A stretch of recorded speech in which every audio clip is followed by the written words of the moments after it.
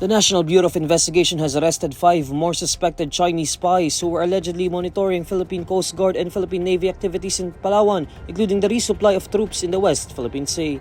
Based on the NBI's surveillance and accounts of witnesses, NBI Director Jaime Santiago in a conference on Thursday, January 30, said that the group had set up high-resolution solar-powered cameras pointed at the waters of Palawan where PCG ships pass going to and coming from the West Philippine Sea. Armed Forces of the Philippines Chief General Romeo Bronner Jr. said that based on the NBI's records of the group's activities, the rotation and resupply missions may have been compromised as early as 2023. Santiago and Bronner were referring to the rotation and resupply missions for troops at Ayungin Shoal west of Palawan, which the China Coast Guard had been blocking, sometimes violently, before Manila and Beijing reached an agreement last year to prevent future confrontations. In the same conference, the NBI presented the 5 suspected spies who were identified as Kai Xiaohuang, Wang Yongyi, Wu Junren, Wu Chengting, and Chen Haitao.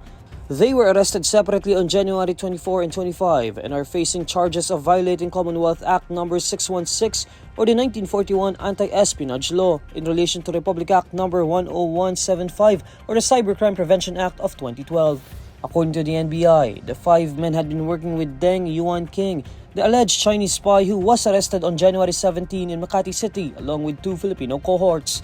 Deng and the 2 Filipinos were caught operating a device that allegedly mapped critical infrastructures of the country, including military sites and power installations.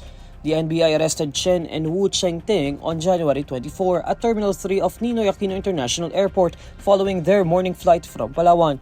The NBI said it received an intelligence report in November 2024 that Chen and Wu Chengting had been taking drone shots of ports and PCG and Navy ships in Palawan.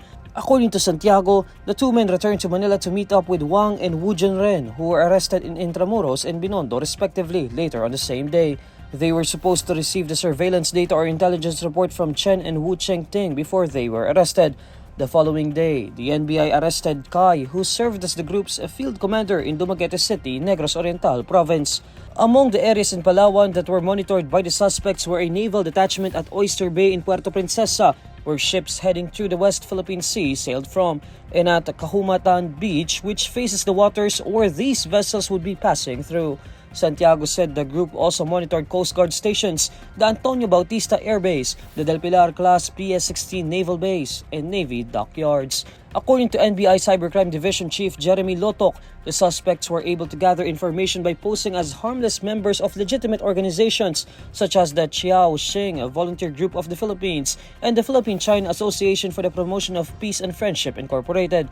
Aside from Palawan, Lotok said the suspects also operated from a high-rise condominium in Metro Manila and have set up cameras powerful enough to monitor PCG ships entering and leaving Manila Bay.